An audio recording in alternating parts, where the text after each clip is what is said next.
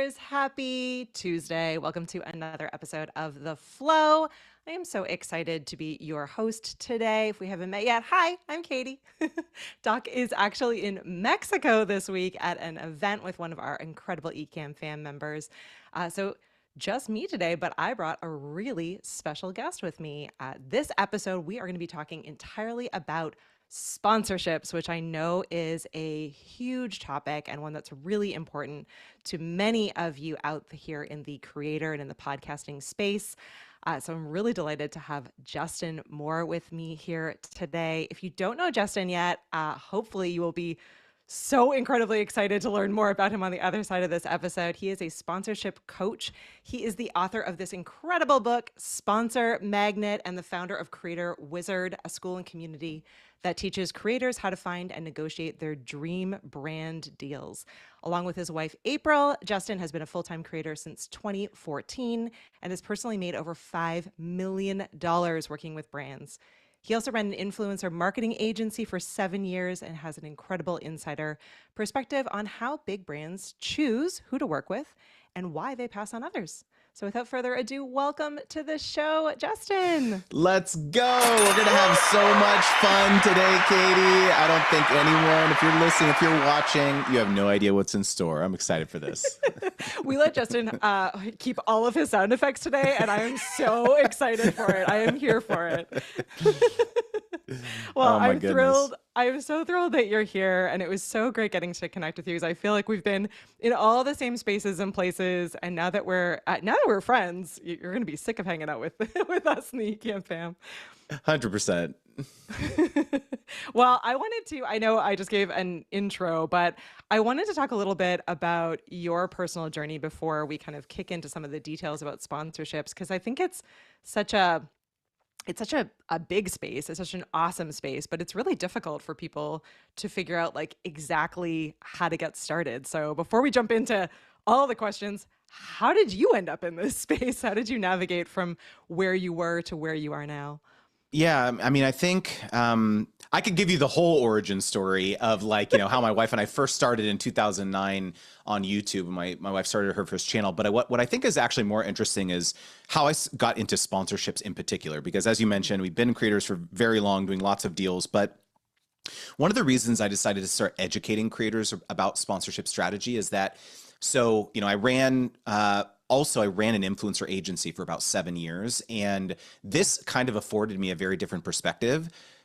I've been a creator in the trenches for many years doing hundreds of deals, but now being kind of behind the scenes where I was in the boardrooms, literally with these big brands and advertisers, and they're saying, hey, April and Justin, we don't want to just pay you 5K, 10K. We want to spend $1 million across 200 people. Who should we work with? What platform should we be on? What's the strategy? And I'm over here being like, you don't know? You were like looking to me for this? And so it was this trial by fire when I started the agency of realizing, especially in 2015 when I started it, that a lot of brands don't have it figured out yet. They don't understand a lot of these platforms. They don't understand how to insert themselves into the cultural narrative if there's some sort of trend or trending sound or something in a way that is the audience doesn't cringe, if they try to. And so that was one reason. The second reason, honestly, Katie, was that when I would open up TikTok or when I would look on Twitter or X or something, the only time that I saw people talking about working with brands was when they were talking crap. Basically, they were like, this brand, is trying to screw me. They're trying to lowball me. They're trying to just offer me free stuff instead of paying me. Like, basically telling their audience, go like flood their customer service lines and like demand that they do right by me. And, I imagine if you're an up and coming creator and that's all you see. Yeah. That is going to be your perspective on brand partnerships, that wow, like I have to go into the octagon with these brands and like with this suit of armor because they're trying to screw me. And this was like a complete opposite experience, seeing these stories from the hundreds of deals that I've done over the years and thousands through the agency that I ran. Like literally I can count on like one hand the number of deals that like truly went south. And so I just decided like no one is telling the other side of it. No one is telling that like brand partnerships can be awesome if you also are professional. If you're communicative, if you understand this is a human on the other side of this email when you're working with the brand. And so that really is what the whole ethos of my book, Sponsor Magnet, as well as everything that I teach at Creator Wizard.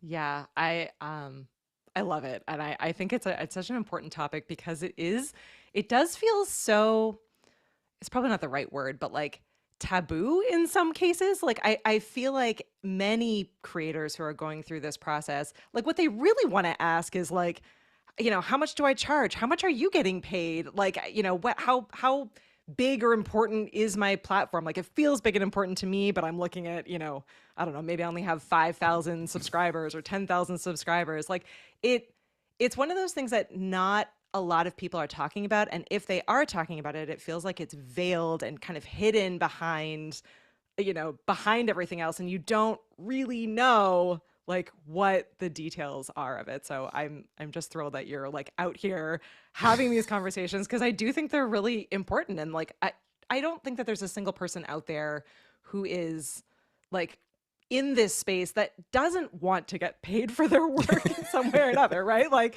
I mean, I do a just for fun podcast, literally a just for fun podcast. But if someone was to come to me and say like, hey, Katie, like, I would love to, sponsor an episode, and it was like a really cool product I believed in, there's no way that I would be like, no, I'm like, this is just for fun. I don't want to get any money for this. So I think it's a really good space, and it's a really important topic. And I think it's super important for everyone to know that it's okay to have these conversations and to learn this information so that you're ready when these kinds of things, opportunities arise.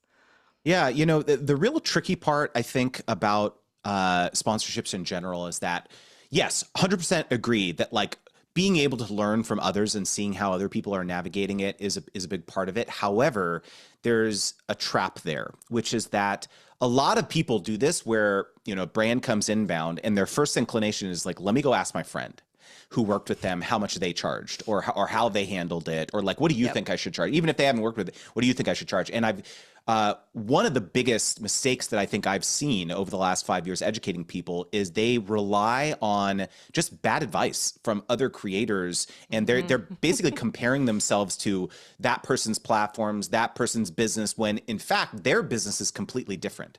In fact, I have an anecdote. One of my longest running coaching clients, his name is Paul Jameson. He has a podcast called the Green Industry Podcast, and he told me this story that like when he first started out, the way he figured his rates was he had a friend who was much larger than him, and he had basically 5% of his audience. And so he asked his friend, how much are you charging? And so he literally said, okay, well, I'm just going to take 5% of what he's charging because I have 5% of the audience. So I guess that seems right.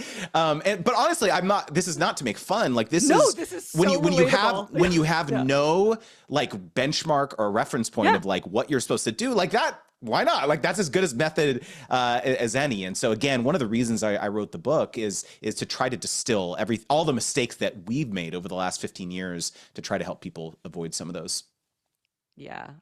So I guess my first question then, based on this, is how do you get started with figuring out some of these details? So, I mean, other than grabbing a copy of the book, which I absolutely think that everyone should get, and make sure that you're following Justin, sign up for his emails and connect with him. But if you're so let's say you're like a smaller creator, maybe you're like upwards of, 5,000 subs or followers or customers or audience size, how do you figure out like how to get started, I guess, in the sponsorship space, as far as what is reasonable to charge and what is the value of your audience and what kinds of brands or partners should you be looking for? Yeah. So, I mean, I think the first myth we need to dispel is that you have to wait for brands to reach out to you. I think there's a lot of people who think that like, if I build it, they will come. Like, I just need to get to 5,000 subs or 10,000 subscribers or 10,000, 1,000 average listens on my podcast or downloads or whatever. Because maybe one brand told you that one time and you were like, well, I guess that's what every brand thinks. So I'll just wait until I get there, and then, they'll start reaching out. And there's no gatekeeper. There's no person that you need to wait to put their hand on your shoulder to be like, you're now allowed to reach out to a brand. Because I think that's what a lot of people are waiting for. Yeah, this is your permission. No, but for real, like there's a lot of people who have said this to me that like, I don't know, I was waiting. A lot of people have said, I'm just going to wait until I get on the radar of a manager. an agent Mm, or a representative that will then advocate on my behalf. So that's my yeah. goal, is like to get on the radar of someone else who handles the business stuff. And we could go down that rabbit hole later. But like, Yeah. there's a lot of these limiting beliefs that I think people have about when they're allowed to do this. And so the first advice is like, no, now is the right time. Doesn't matter where you're at. What you pitch has to change though, depending on where you're at in your journey. And so I think we should start here to talk about this, because I think this is Yeah. a question I get, is like, how many followers, how many subs do I need to get? And so one of the things I talk about in the book is something called the sponsorship continuum. So let's Hmm. say that you're at the very outset of your journey and you're getting, let's say hundreds of views on average for your YouTube videos, your podcast, whatever. If you were to reach out to a brand, large brand, let's say one of your dream brands, and say, hey, let me talk about you on my podcast, or let me talk about you on my YouTube, they're going to take one look at your platform and be like, it's not really going to move the needle for us. Let's just be Yeah. real here, right? Yeah. Because they're operating in they may be spending tens of millions of dollars on marketing campaigns each year, and so to spend $1,000, $2,000 with you is a rounding error. And honestly, it's a rounding error in terms of the KPIs that they're held Yeah. to internally in terms of how they need to measure. And so it's too small. And so, however, how about we switch up this pitch a little bit? You say, okay, let me actually go and do an audit of this brand's social strategy or their presence on the internet. Do they have a blog? Do they have a newsletter? Do they have a podcast for their brand? Do they have a TikTok? Do they have a YouTube? Is all they're posting on their YouTube their 30-second TV ads? Well, I know as a YouTuber, that's not going to work, right? And so are they posting on the internet? Are they not posting frequently enough? Is the quality not good, right? So there's all these filtering criteria that you can come to them and say, look, love your brand, but I think you could be telling your brand story in a much more compelling way. I would actually love to create some content for you to use on autopilot. I'll create 5 to 10 videos a month. I'll launch the podcast for you. I'll interview people on your marketing team. I'll interview my friends in the industry. It's a turnkey offer, $7,500 a month or whatever. And by the way, go take a look at my podcast, because that serves as my portfolio. Yeah. So this is a very different thing of what you're pitching them in the beginning when you're starting out. So now let's say you grow a little bit, okay? You're getting thousands of downloads or thousands of views, okay? Yeah, what you pitch is probably going to be a combination now. You're going to say, hey, I'm going to create some content for you. Maybe I'll do some consulting for you. And yeah, maybe syndicating or amplifying this content on my platform starts becoming kind of meaningful. Then you get to the very end of this sponsorship continuum. You're crushing it, right? You're getting tens of thousands, hundreds of thousands of views. Yeah, the thrust of what you pitch them is, let me talk about you natively on my platform. So I think it's very helpful to orient you of like where you're at and who you should pitch and what. Yeah. And I think what's super important in there, and that I personally see all the time, is that people will send, whether it's DMs or emails, or, they will connect and reach out specifically to Ecamm. And I'm typically the person that sees almost all of them. And they haven't done any of that research. And so if it's going to be a blind ask, and the brand does not know who you are, and you're kind of like coming at them out of nowhere, then yeah, I think like having that level of kind of research and understanding where on that continuum you are is hugely important, because no one is going to pay any attention if you've come out of nowhere and you're like, I'm kind of a big deal. I want to, please give me this amount of money for me to talk about you on my platform. Here's my link. If they even give that, the amount you would laugh. Justin wouldn't laugh because he probably sees this all the time, but you would laugh / be horrified at the amount of people that are just failing at this. So when you do it right, it's so noticeable. When people reach out correctly to a brand and understand the brand that they're going after and see the vision and understand their own platform and what they want to get, you're already ahead of 95% of the people out there.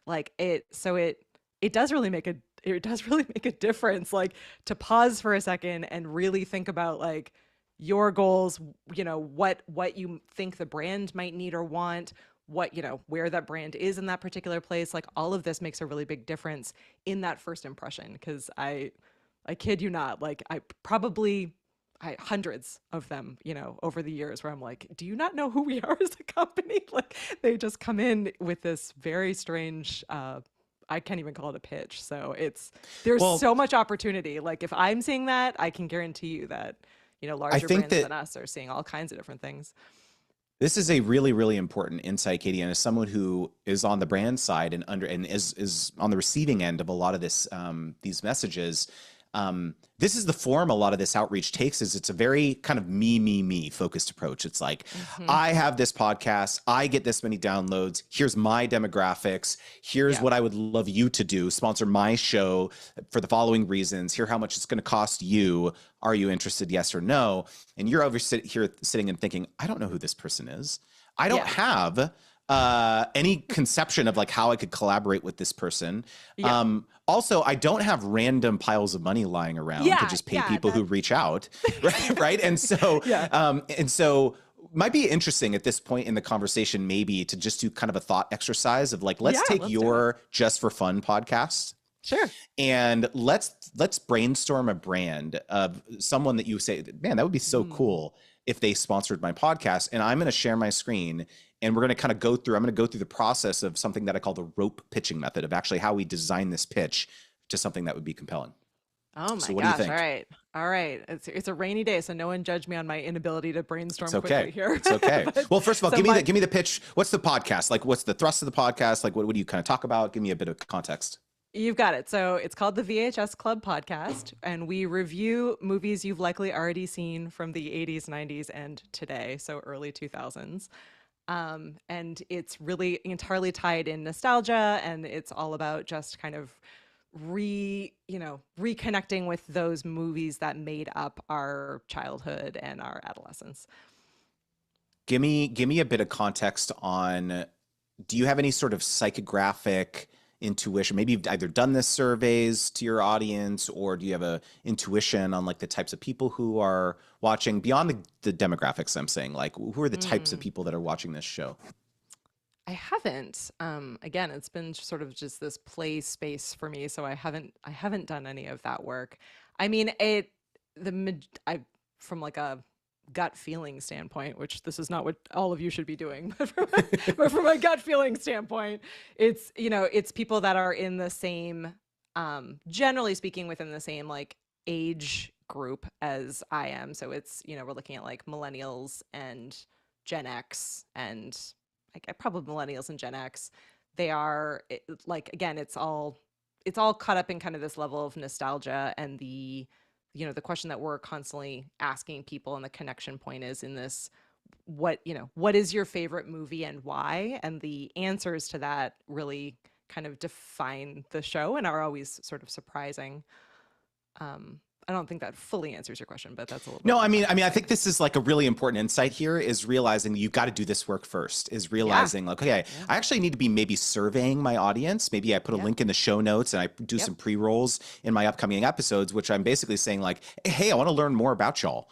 Not only to serve you from an episode content strategy perspective, but also, if I do want to work with sponsors, these insights are going to be super useful in having a conversation with a sponsor when they ask this question of like, tell me more about who's in your audience, understanding the composition, because again, your audience represents a pool of prospective customers for their brand. They don't really care about sponsoring you, Katie, or your podcast. No. They really don't care about your podcast at all. They care about finding new customers, right? That's kind of table stakes if you be like, I love your brand, right? It's kind of a tough pill to swallow for some people, but this is the reality. This is the whole reason they want to potentially do influencer marketing, is to access new prospective customers, right?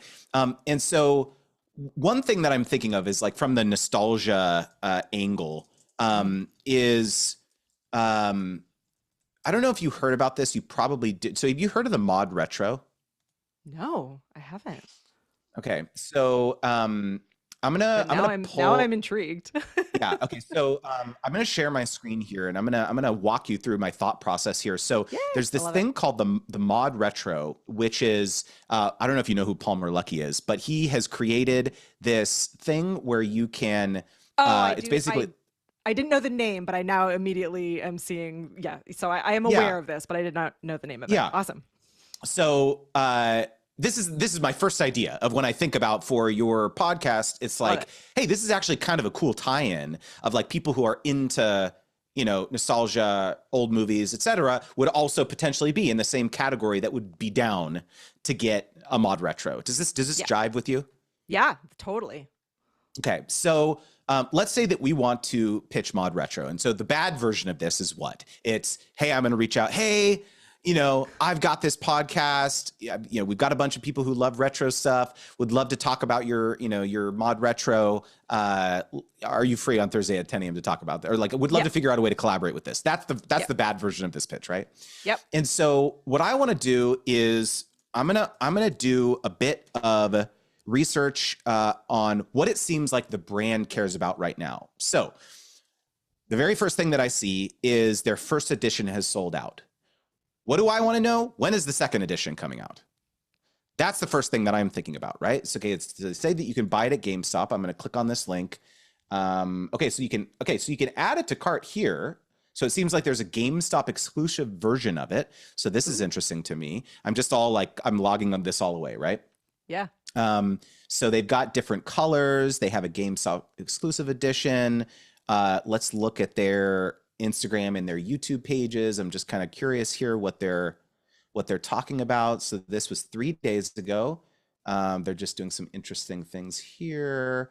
Doing some unboxing. So it looks like they're doing a collab post on Instagram with some people, which is kind of interesting. So that's maybe interesting too. So that they value that potentially like content that they could, collaborate with other people. It seems like the GameStop thing is like a thing that they're talking about. Okay, so let's just stop here. We could keep going down the research rabbit hole, but this clearly seems the GameStop exclusive version of the Mod Retro seems to be like an important thing for Mod Retro, right?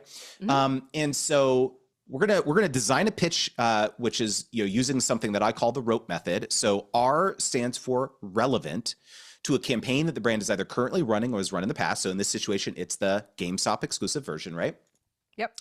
O stands for organic, meaning that you can tie your pitch back to organic work that you've already published that illustrates that your audience has an affinity for their brand or their product. And so what this means in your situation, Katie, is that you're basically going to be linking them an episode of your podcast where you talked about not just nostalgia movies, but also like, hey, we're doing a fun episode about video games today.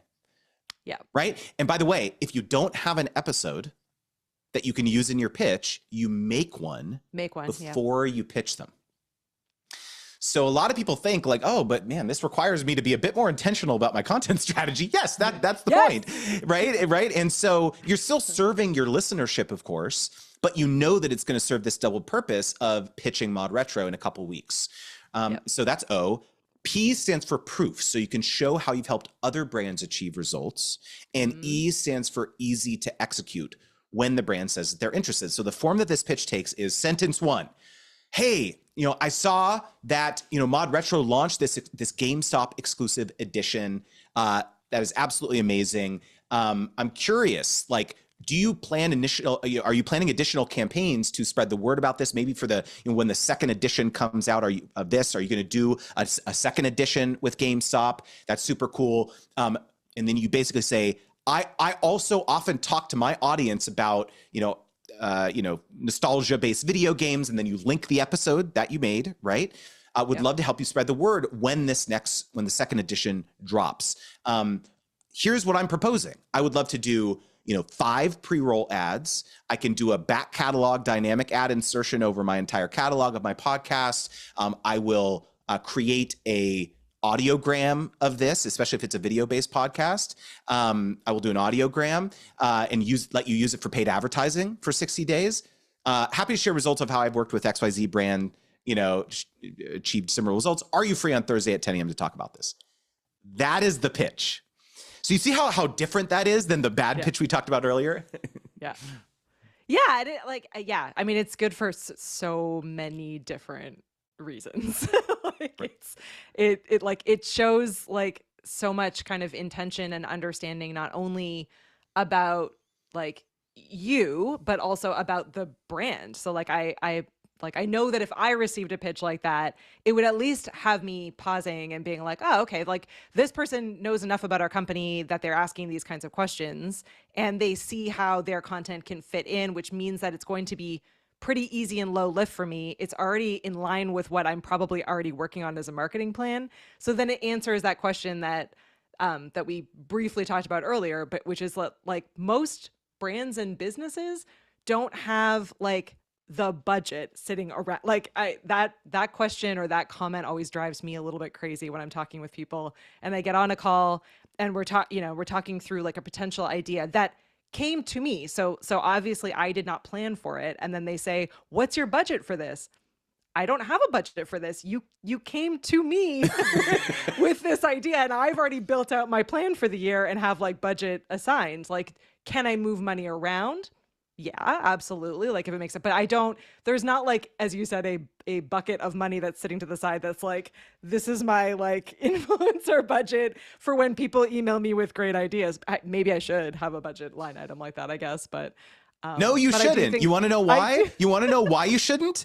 Because it is the creator's job to do the research and understand what you've already allocated the budget for, so that like what you said is your only decision becomes, I've already got this budget. Now I just need to decide whether I should allocate some of this existing budget to them, because it's a positioning exercise. You're saying, hey, if you sponsor me, I will help you move the needle on this initiative you've already budgeted for. It's so much easier to get allocated those dollars than the slush fund budget. Yeah. Yeah. Oh, yeah. You're singing my singing my song. I love it. Everyone take notes so that you know how to pitch Ecamm going forward. All right. There's some great questions coming through and I want to make sure I don't miss any of them. So my Crafty Adventures asks, how do I change from an affiliate offer to a brand offer? Which I know is a huge question from a lot of different people. So potentially this person is doing really well in kind of the affiliate space and they're making some level of money there, but would like to be, earning more, or have a deeper relationship or partnership with a brand. How do they ask to go beyond affiliate status? The first step is understanding that any brand worth their salt has multiple strategies that they're employing when they work with collaborators. And so the first one is free stuff, gifting, product seeding. They're going to do this all day long.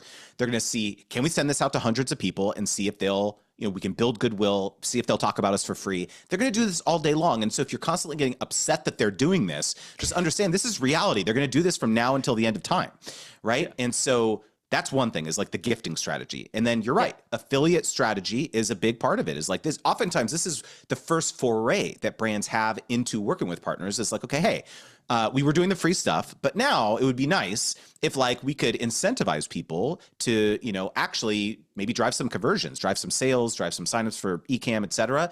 And we're going to reward them with a commission if they drive those sales. And who wouldn't want to have an affiliate army out there talking about them? And we only have to, compensate them when they drive an action. And then there's that final bucket, which is like, okay, now we're actually compensating partners with a flat amount or hybrid compensation, whatever. And so the first thing is just like understanding that like any brand worth their salt should be doing all three of these things.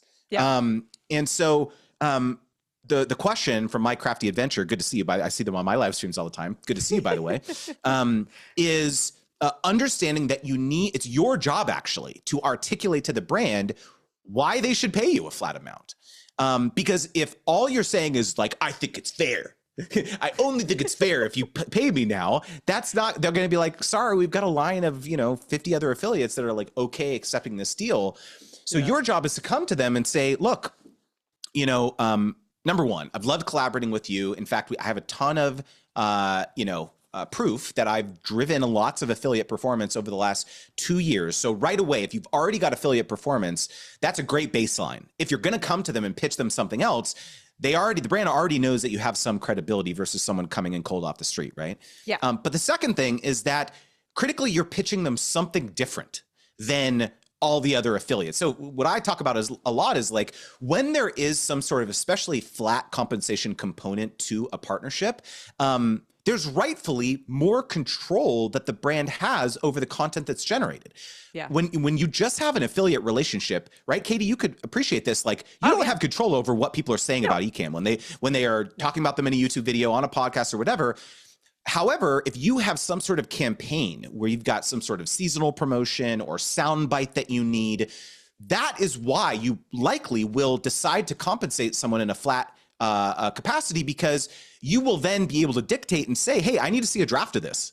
Before this goes live, I need to ensure that you're saying it correctly. You're pronouncing the name of Ecamm properly. Obviously, it's easy for Ecamm, but like a lot of brands, oh my God, like you may not, you say you're a real fan of me, but you mispronounce the name. Anyways. And so these are the types of things that you can say that like, look, here's what, when you work with me in this heightened capacity, here's what you can expect.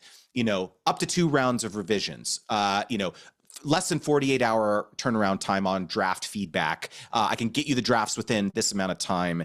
We can work together to, ensure that in future iterations of the partnership, we update the messaging based on feedback that we received from the first one. So there's this whole, what I call kind of merit-based value conversation that you can have that's going to differentiate you from all the other affiliates that they're working with. Here's a very quick pivot to make it very, very tactical. Let's say you have an affiliate offer come inbound.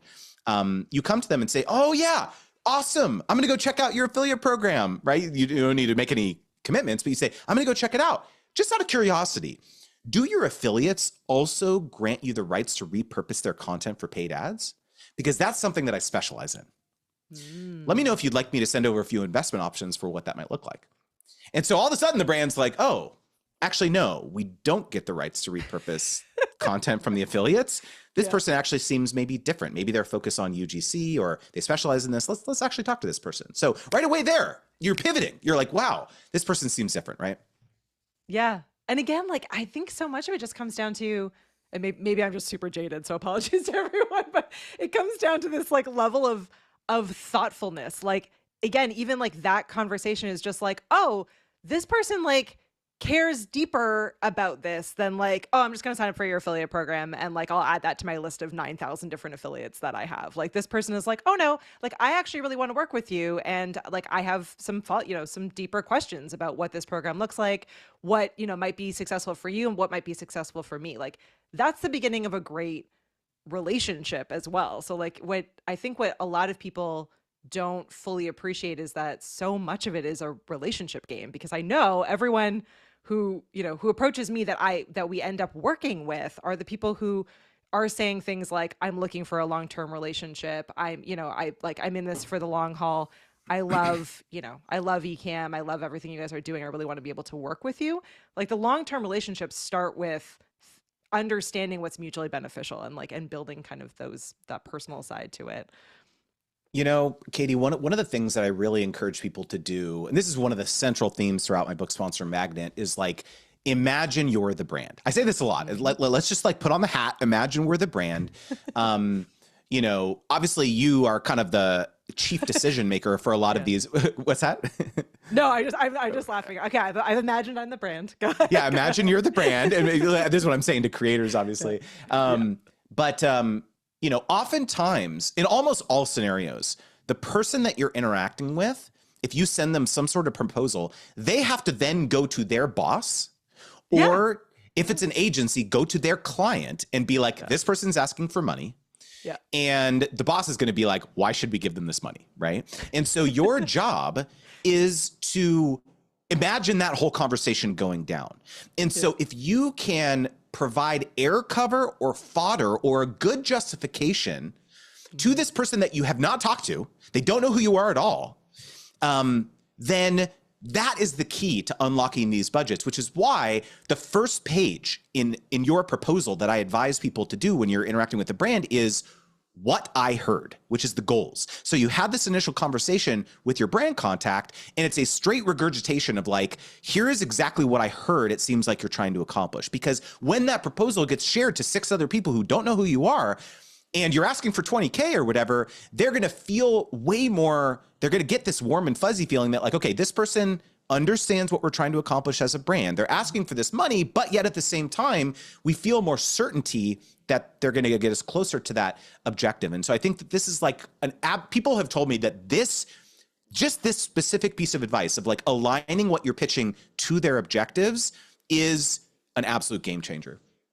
Yeah, I can absolutely see that. So yeah, definitely put on that hat and really think that process through. As I do think that will go a really long way. Let's talk a little bit. Let's get into negotiating. So let's say everyone here has now feels capable and confident. They're ready to put together kind of their initial pitch. They've captured attention from the brand that they're super excited to work with, and they get on that call. They're having this conversation. Everything's going really, really well, and then they get into the complicated money talk. How do you negotiate back and forth, or what advice do you have for creators who are newer to this on how to how to be successful at this, and how to build confidence as well? Because I think a lot of it comes down to not quite feeling sure of yourself in some of these moments. So the first advice I would give is never negotiate on the call. That's not the point of a call. The point of a call is a discovery mission. It's a fact-finding mission. If you're ever in a situation where a brand is like backed you up into a corner and be like, how much do you charge? Give me the number. Like, come on, just throw out a ballpark. Come on, it's okay. This type of thing. You have to stand firm and say, you know what, this whole call. So first of all, let's back up. Yeah. What is the purpose of a call? I always encourage people to get on, especially these kind of discovery calls at the outset of a relationship, because number one, you establish the rapport. Right? Katie, you and I got on a call, right? Like little inside baseball here, right? Yeah. Like we got connected, and that was that was the point of our call. Is I just wanted to like meet you. I wanted to understand about you know what was going on in your world. We at the end of that call, we didn't get into this like hard negotiation. It wasn't just like, okay, Justin, how much do you charge or whatever. So of course, some brands will ask that, but really the point of the call. Yeah, you did, and I felt super. You felt super intimidated. You were like giving me a noogie and like a headlock. It was like crazy. Yeah. You were reliving your old VHS fantasies. I don't know what was. It was weird there. I don't know. It was like the Goonies or something. So the point is like I just asked a bunch of questions. Like that really was the goal of the call. Get to know you, learn more about you. I shared a bit about my business and all that, right? Yep. And so that absolutely always at the end of the day should be the goal of the calls. But if there ever is a situation where a brand does back you into a corner and does ask you, well, how much do you typically charge for this type of thing? I want everyone watching or listening to just like clip this verbatim and just remember, you could just say this back to a brand. You say, hey, just get out your pencils. Say, hey, thank you so much. This call has been so useful. I would actually love to put together a custom proposal for you. Mm-hmm. And usually what I do is I put together 3 to 4 packages to give you a sense of how I could bring this partnership to life. Yep. Do you have a sense, brand? Do you have a sense, Katie, of what I should set those 3 to 4 tiers at from a budget feasibility perspective? Yep. So this is very different than saying, hey, what's your budget, Katie? Hey, what's your budget? Yeah, exactly. Hey, what's your budget? Because like you just said, number one, you either might not have a budget specifically for this person that reached out to you.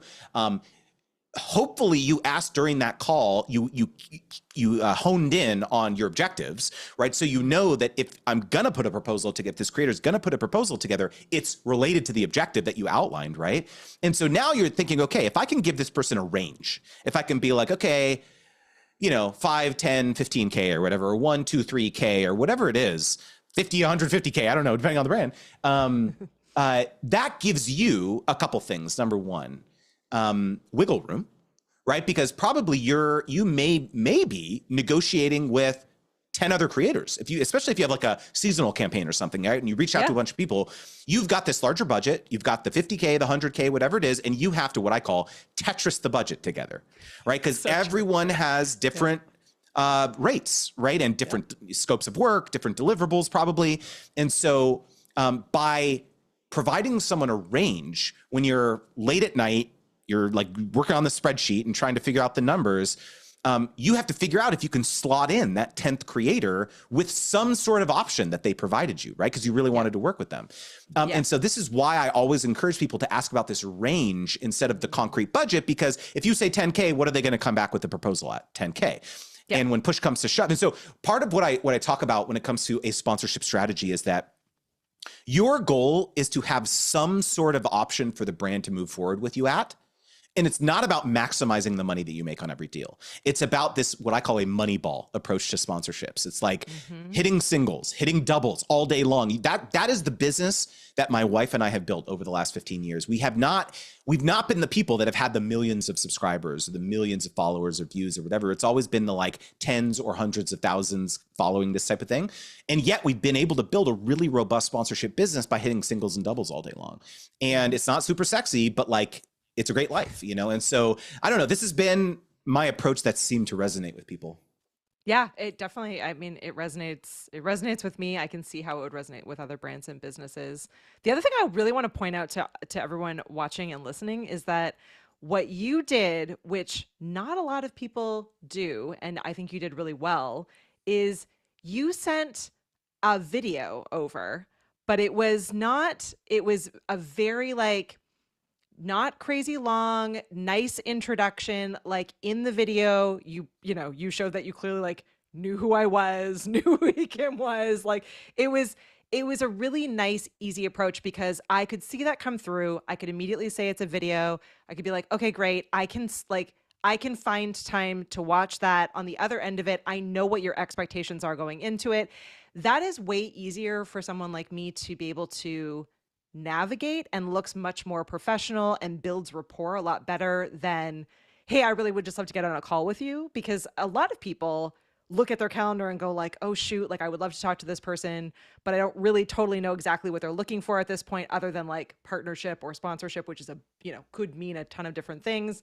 And it's hard to kind of find the time sometimes on a calendar to figure it out. So that like recording a simple, like clean professional video, and again, almost all of you have Ecamm to do this with really easily, goes a really long way. Like it really, even if the person doesn't watch it, even if they like look at the video quick, like, see it quickly and then reads the transcript next to it, or like still just seeing that is way friendlier and easier kind of to begin those conversations than I think a lot of the back and forth that can get lost in email or in DMs or just in a busy calendar. Like, hey, sometimes we're really well intentioned, but 2 weeks of back-to-back meetings and you're like, no, I can't do one more.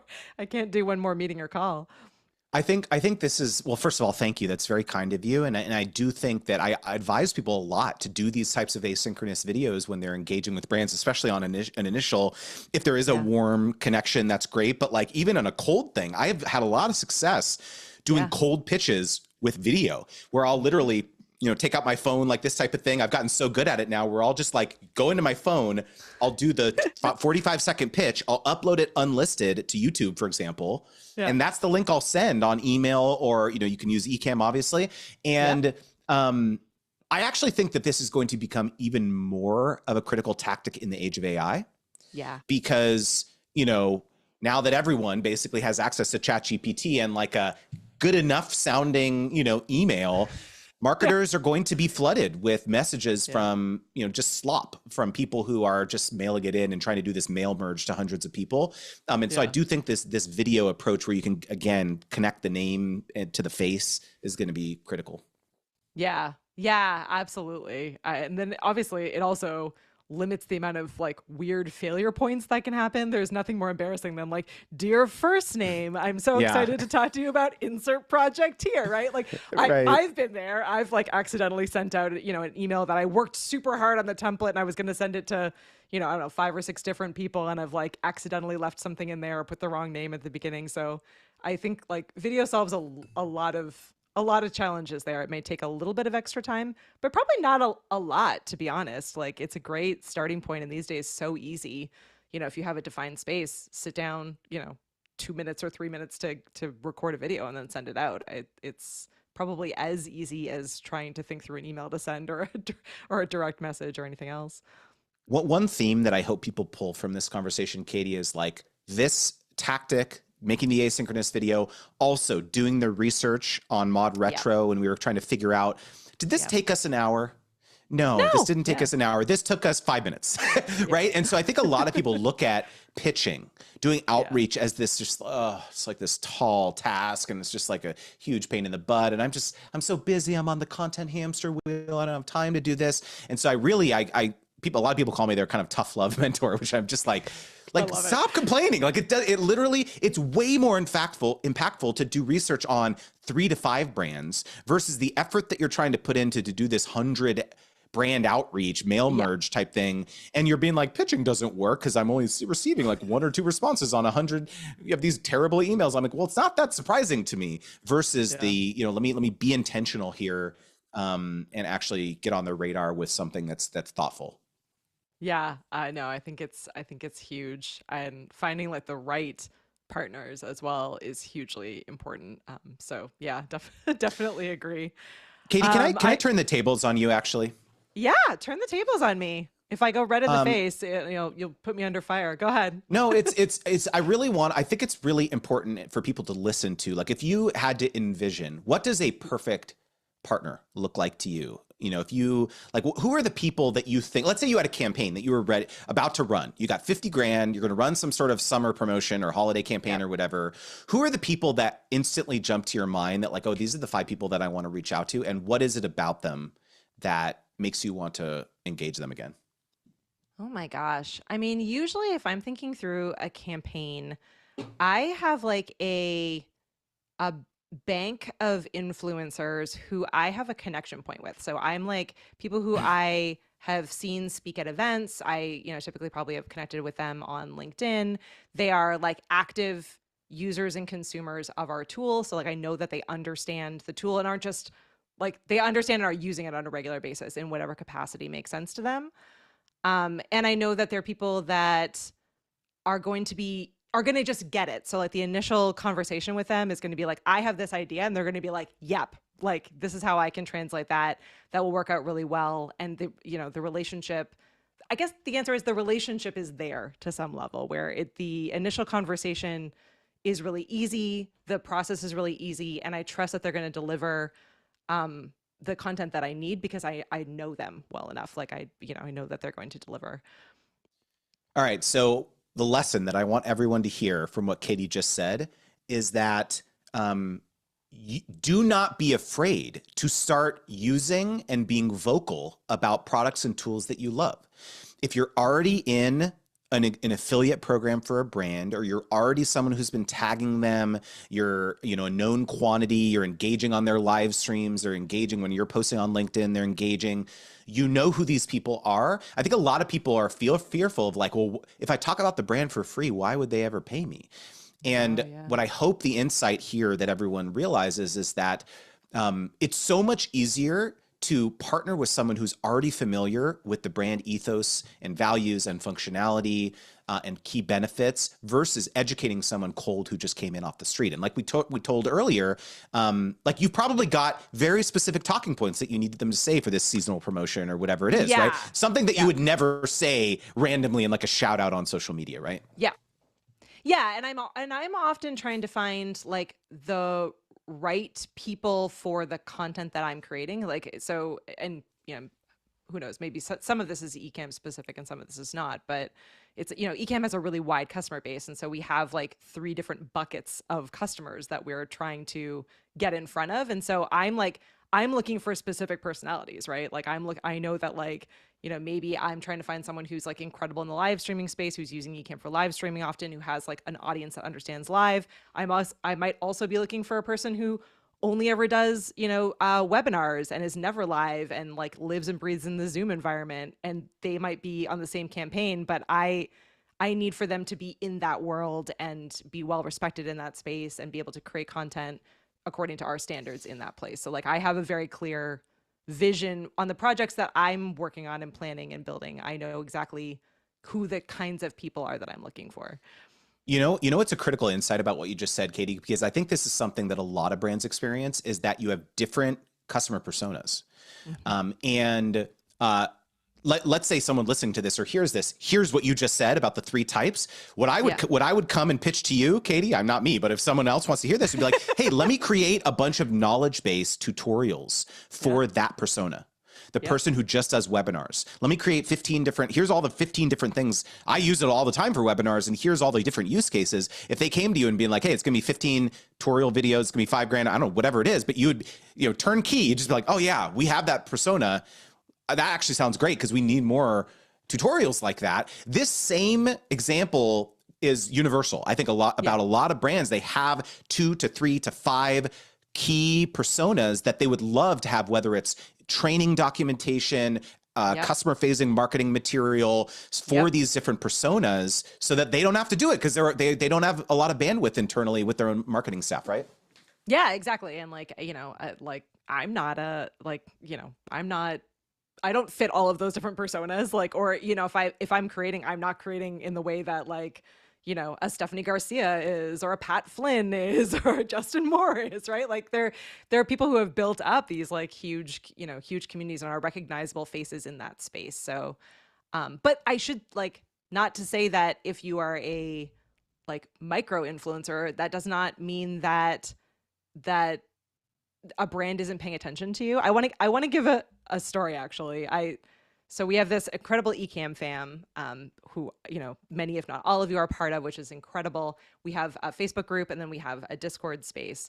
Years back, like when I first joined the team, Marshall Fox, who is now our full-time designer and also does like a ton of video content for us, he was part of the Ecamm fam. He was new to the software and he was just playing around with LUTs, which was a new feature for Ecamm that allowed you basically to give like Instagram type filters on your video. He was just playing with it in the Ecamm group, and his video looked so cool that I said, oh, like I should just talk to that guy. He clearly understands LUTs. I'll see if I can hire him to do a video for our YouTube channel to explain what LUTs are, because he's clearly better at it than I am. So he was just playing around with it publicly in our group, like, and I'm sure he didn't think twice about it. And it went from that project where, you know, then he did this video for us, which he did an incredible job with, you know, because he is a designer, to doing more videos, to helping out with design projects, to now he does literally all of the design for our entire company, right? Like, but that, like, that's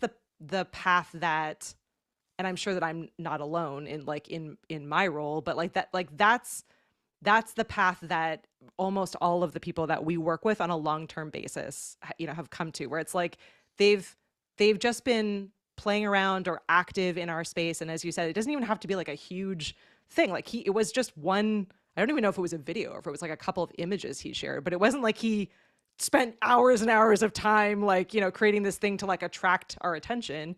He was just interested in it and clearly was good at it.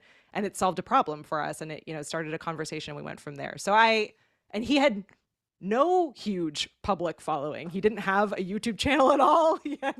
But he, you know, he ended up being incredible at video and incredible at design and awesome. So yeah, I don't know. So if you're sitting out there listening and you're thinking, oh, I only have 200 people on my YouTube channel, or, you know, I'm just starting to grow my list, that doesn't mean that you can't work with, you know, with a brand, or that you don't have something to offer, that you can't activate against some of these strategies. I think that, you know, we're a fairly large brand, and we, you know, we work with a lot of really small creators on a number of different projects.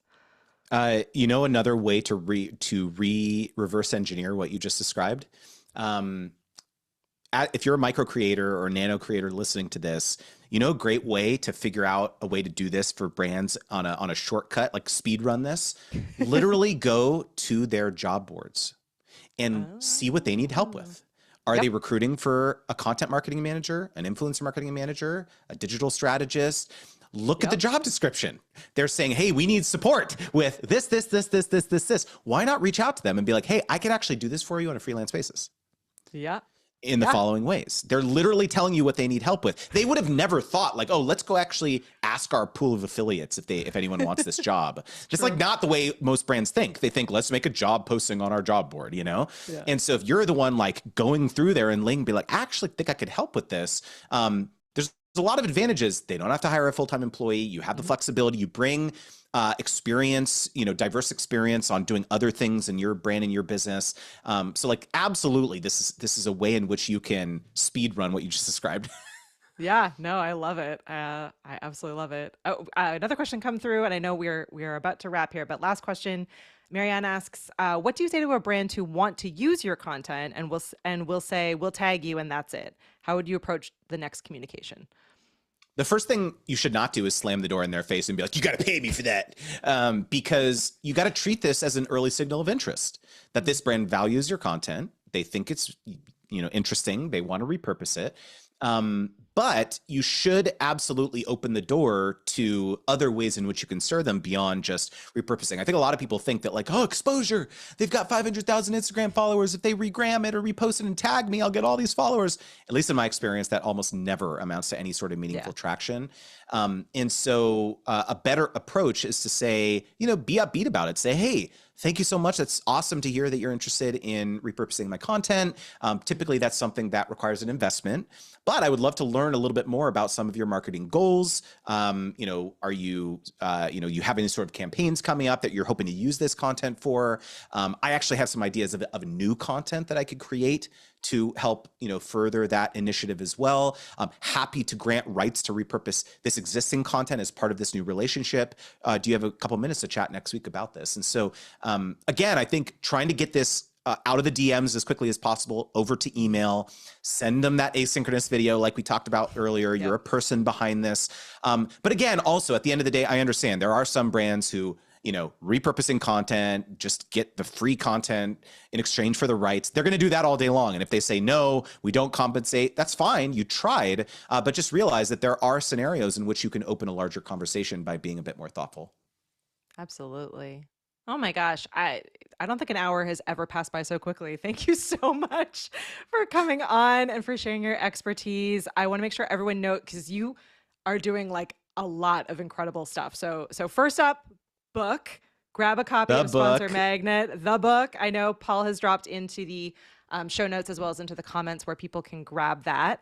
You have an incredible event, which I'm like so hopeful that we'll be able to be a part of in the next go round. Congratulations. Tell us about the event. Thank you. Yeah, the event it's called Sponsor Games, and it's the event that I have always wanted to exist for, a decade plus. So basically, I've been going to pretty much every industry event for creators over the last, decade plus. And there would only ever be maybe one or two talks about sponsorships. And I would always be so frustrated because it was this is the primary income source for us. And everyone's talking about audience growth. Can we have some more talks about sponsorships here? And so for a decade, I just kept hoping someone else would create this event. And so eventually I was just well, I guess it's me. And so I created this event where there's no keynotes, there's no workshops, there's no panels. I'm basically taking you through my 8-step sponsorship wheel framework that I talk about in my book, Sponsor Magnet, and you play games to actually learn and master the concept. So the pitch game, the negotiate game, the contract game, and there's actually finalists. So you get advanced to something called the Sponsor Tank, where you pitch a panelist of real brand partnership managers who will roast your pitch basically. So, and there was a grand prize winner, Molly, big shout out to her. She won $5 grand in cash plus a bunch of other amazing prizes. But yeah, it was, this is so cheesy to say, but it was seriously life-changing for me and everyone who attended. It.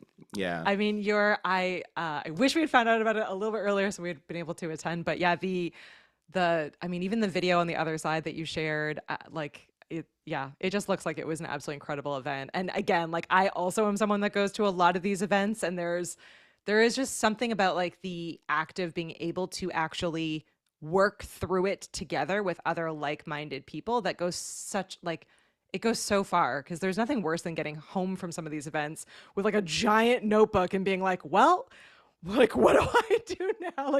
Where do I even start? What action items do I take? It's such a different feeling than when you've gone to an event like this. I'm sure Molly on the other side is just wow, checked all those boxes. The craziest part is we had a bias to action in everything that we did. And so after the pitch game, which was game one, literally people were okay, I'm gonna hit send on this pitch, because people were designing pitches and literally people heard back from the brands at the event. And we were able to workshop, live basically, and a bunch of people left the event with brand deals. It was insane. Incredible. It was crazy. Yeah, it was pretty dope. Congratulations. That is just downright awesome. I hope everyone checks it out. Paul dropped it in sponsorgames.com. You can get on the wait list and find out about next year's event. Yep. And then you have an email list. Where else can people connect with you? Well, I'm gonna full disclosure here.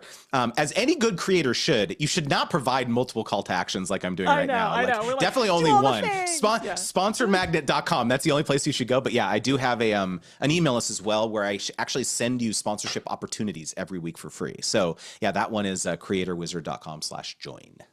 I love it. Well, thank you so, so much. I am sure I'll be able to somehow trick you into coming on to more Ecamm events and to be involved more with our community, because I just think what you are sharing with people is just so incredibly valuable. And I honestly learn a ton just even by chatting with you and getting to spend time with you. So I appreciate it personally. I appreciate you so much, Katie. Thanks for having me. Of course. And thanks to all of our Ecamm fam. We will be back next week. We're kind of on a kick of talking a little bit about these kinds of topics. So we're going from sponsorship to podcast publicity. So if you're like, hey, I would like to get more out there into the world and I want to be in front of more podcasts, definitely check out next week's episode. And then we are doing a media kit workshop. So if you're like, okay, Justin has sold me, but how the heck do I like lay all this stuff out? Make sure that you're subscribed to our Ecamm emails, and we will send you information on how you can sign up for that free workshop so that we can all have media kits, so that when you all reach out to me, you'll do it super professionally and I'll be blown away with everything that you have to say and to share. So thank you so much for joining us. And because Aiden is listening, we need to end our episode first with our sponsors, and then we're going to do our special ending. So here, if you want to check out everything you need to know about the podcast, swing on over to flow.ecamm.com. This episode is recorded live and will release across all the different podcast players and YouTube next Tuesday. And huge thank you to our sponsor for this episode, Capsho, which is just an absolutely incredible tool. It is like a team of AI robots that take all of your human video, incredible content and help you to get it into different formats so it will help your customers and followers and friends and fanatics, whether it's a blog post or an email or social posts, or even YouTube titles and descriptions. It takes all of that great content that you're recording in Ecamm and helps you get it out there in front of the whole world. So capsho.com to learn more about them. All right, Justin, are you ready? We always end our show by saying, Flow Riders out. We'll see you next week.